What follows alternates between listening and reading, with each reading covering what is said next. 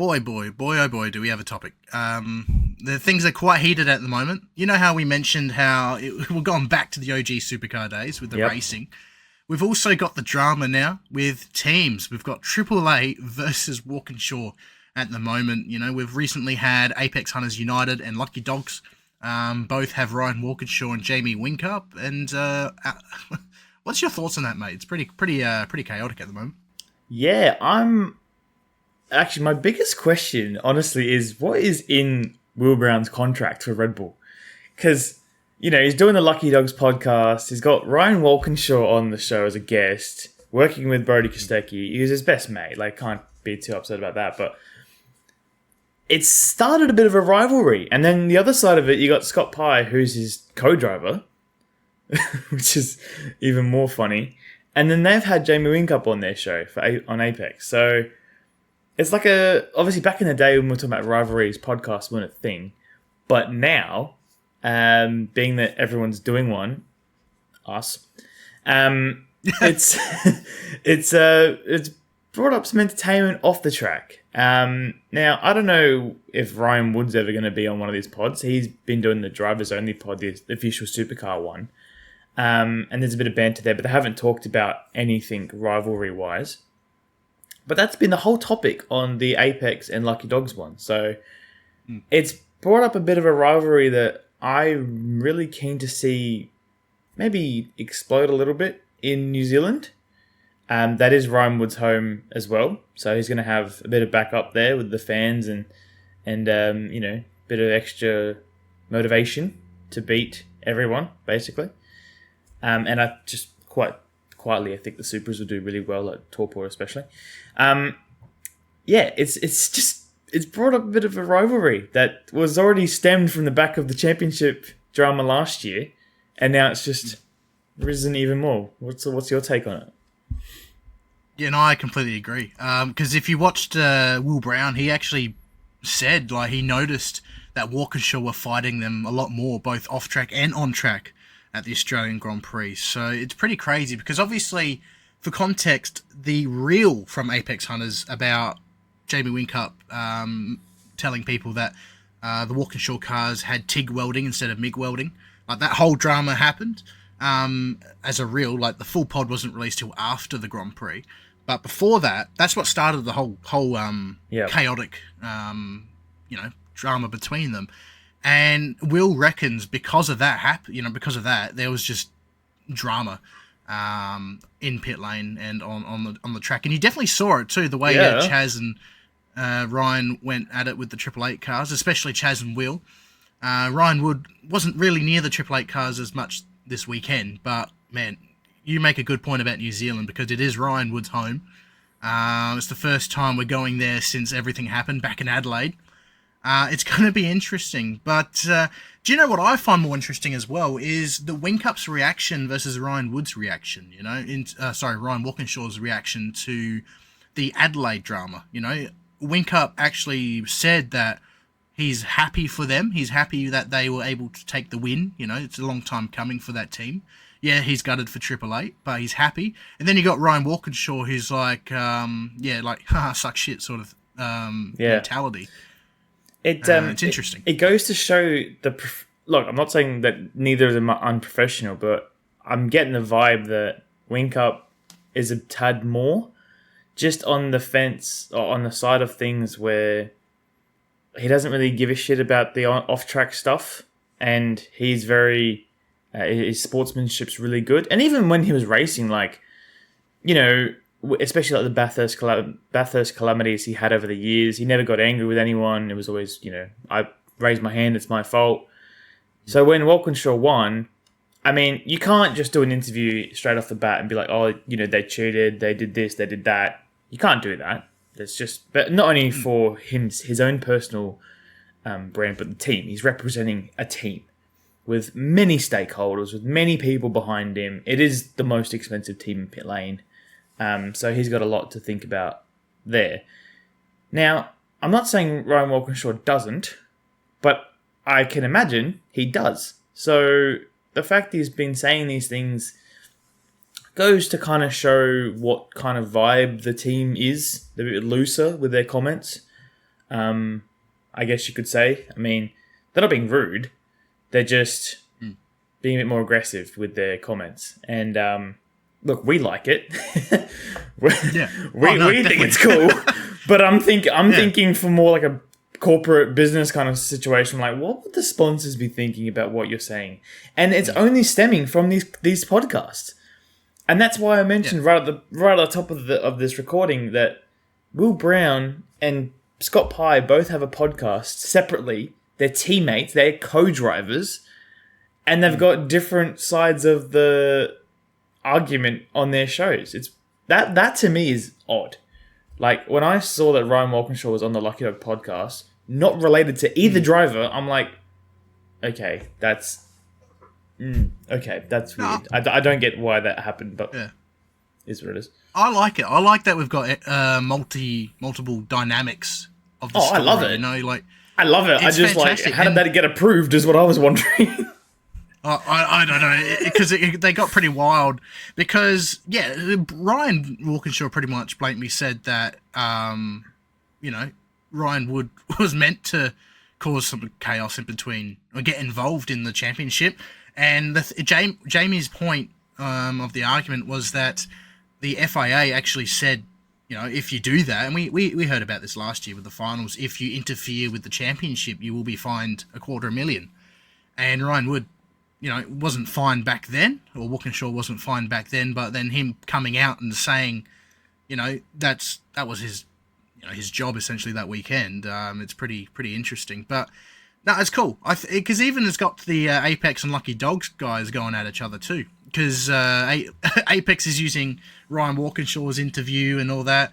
To be honest, this is a fantastic ploy for both podcasts to make a lot of views. Oh, yeah. And a lot of engagement. This is genius from them. But definitely. But it's just so good to have this drama back. We said about it the last few years. It's what Supercars was missing. Obviously, we were talking about the drivers, but it's the team managers at the moment, the tems that are going at it. Yeah, and I'm like I said before, I was kind of surprised that Wingcup's kind of said what he said. Not that he's like the way he says something, even though he's got a point to prove or he's trying to make a point with his comments, he's never too forward with them. So he won't be like, oh, you're a dig, you're a this, you're a that. He won't ever point fingers. But he'll say his point subtly that we would know, oh yeah, that's what he's on about. So that's going to be a bit interesting next time we have a race. And like I said, the next race is New Zealand. So I think, So I think that the comments that Wingcup were trying to really make were more about the chassis side of things. So he's talking from a rulebook point of view, whereas Ryan Walkinshaw was just more about, the drama kind of point of view. He wasn't really talking about rules. He wasn't talking about this and that. He was just talking about what Woody was meant to do and all these things. So no, to be honest, I side with Jamie. He's got Me too. a lot of valid points. Because if you, as you said, he's coming from a team manager perspective, and not only that, but also a homologation side of it. But they both are. That's what I'm saying. That's what I mean. Yeah. Because last year, obviously, Walkinshaw wasn't a factory team, but the thing is, Wingcup is actually helping and supporting Toyota, and he wants them to succeed in the sport. But the way they're doing it with the way he said about the welding is just straight up. He's right. It's the rules are in black and white, and but the fact that Supercars actually allowed it as well, that's what he doesn't like. Yeah. They've approved it, because it's just cracks between. There's just cracks now amongst the. You know what I'm trying to say. Yeah, but there's always been cracks in the Supercars rulebook. I don't know why, but there's always been. Oh yeah, you can do this once and then go from there and fix it. It's like I said, Jamie's very literal. He's very serious. He's very to the point, and I like that. I'm not a Triple Eight fan, but I like the way he approaches business and the way he approaches representing his team. That's the number one point to him, and it's even stemmed to Brock Feeney as well. Like, we haven't mentioned him at all because he's not been on any shows, but.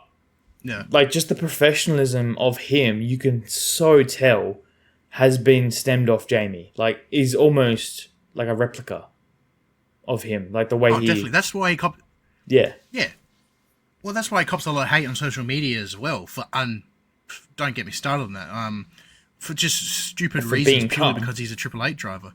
Yeah, they call him Winch Cup as well. You know, it's purely because Wing Cup took him under his wing. And the thing I want to point out is Wing Cup's never done that. He's never putting someone under his wing other than Brock Feeney, and it shows because Brock is quite clearly going to be the next successor in that Triple Eight story, and it's really cool to see. And I think Brock is a fantastic guy. You know, everyone calls him a spoiled brat and that, but he's worked hard to get to where he is today. You know, yes, he's young, but that's because he's fast and he's got a lot of talent. Yeah, and you could tell that everything they do means a lot. Like, yes, he won 19 poles last year or whatever it was. 19 poles, yeah. And like, yes, that was cool, but he didn't get his goal. And his goal is to win a championship or a Bathurst as well. And even just by him getting taken out over the weekend in the final race at the Grand Prix, his dad's reaction, the whole family was just so unbelievably disappointed and angry. And they just take it seriously. And I loved the part, like, Brock doesn't want to talk about what happened in Adelaide. And if I were him, neither would I. But he goes, look, the only part I'm going to say publicly is I didn't like the way they celebrated. And I agree. It was very, how you going? And lately I don't really agree with many things Scott Pye says because he's very, cheeky with his comments. But the one thing I do agree with is the penalty wasn't harsh enough for WAU at the time. For Ryan. Yeah. It was so obvious. Like, yeah, the actual crash may have not been that intentional because I still think there was room for them to both make it. But the reaction to it, no. You would never, ever, ever see Wing Cup do that. If they were in that position, you'd never see him be like, yeah, like he took him out, get the fuck out. Like, you'd never, ever do that, ever. Yeah, no, we said that in the media room when we watched it. We're like, yeah, that's not a good look. And we said it on our pod back last year as well. It's not a good look because, absolutely right, Wing Cup would have handled that a lot differently. And if it wasn't for the reaction, if it wasn't for that reaction that we saw on screen, I don't think they would have copped a lot of hate as they did. No, and I don't they would think have actually looked at that incident differently. Yeah, and I don't think like 30% of this rivalry would have existed. No, exactly, and it goes back to now because of that, and then the fact that Ryan Walkinshaw has said, you know, what he said in Lucky Dogs, it straight up is they did the wrong thing there. Yes, Ryan Wood, there was an opportunity. Yes, it was a racing incident, but the mentality of that team that weekend for Ryan Wood, is quite appalling. But nothing against Ryan Wood. He's a fantastic driver, fantastic talent. It's just how he was just put in a scenario that I guess no one wants to really be in. Fabian Coulthard, debris, as you know. But it's very similar, isn't it? You know, there's always been cases in supercars where team orders come into effect. Yeah, and I don't think it's hurt the reputation of Ryan Wood personally, but yeah, some fans have called him like a dog and whatnot. But if you think about it deep down, it's not. He was just following an instruction, and he was racing. Yeah, and it just didn't go well. Yeah, exactly, and it goes back to actually another thing as well because I saw someone, I think Hairspray and Horsepower. If you're watching, hello. She pointed out the difference between, obviously, with Ryan Wood and doing team orders, but about back in 2021 where Wingcup and Gisbergen were teammates. Yeah. And Wingcup was basically asking or telling Gisbergen to let him win. So, like, just team orders there as well. But it's a bit of a different scenario because obviously that was inter-team. It's just different. Yeah. Yeah, it was inter-team. This was involving another one. Yeah, and it had nothing to do with the championship because Gisbergen already pretty much had it in the bag at that point. Yeah. But it was if it wasn't, I think, who said it? Someone said it. If it wasn't the last race of the season, it wouldn't have been as dramatic. Yeah. No, totally agree. Yeah. No, I agree, and hope. I'm just curious to know what this is going to happen on the track in New Zealand. So at least we won't have too long to find I out. love that point. Yeah, I love that. I love that point. It didn't click with me the fact that we're going to Ryan Wood's home country. So it's going to be really exciting. It's just great to have drama and action back in supercars because not just us, but a lot of people have said we're back. We're back to pretty like the good old days of supercars. So really, really excited for that. Yeah, and I hope that they have the same type of on-track action as they had at the Grand Prix for the rest of the year because that was just wild. That was the best. It was the best. It was absolutely amazing.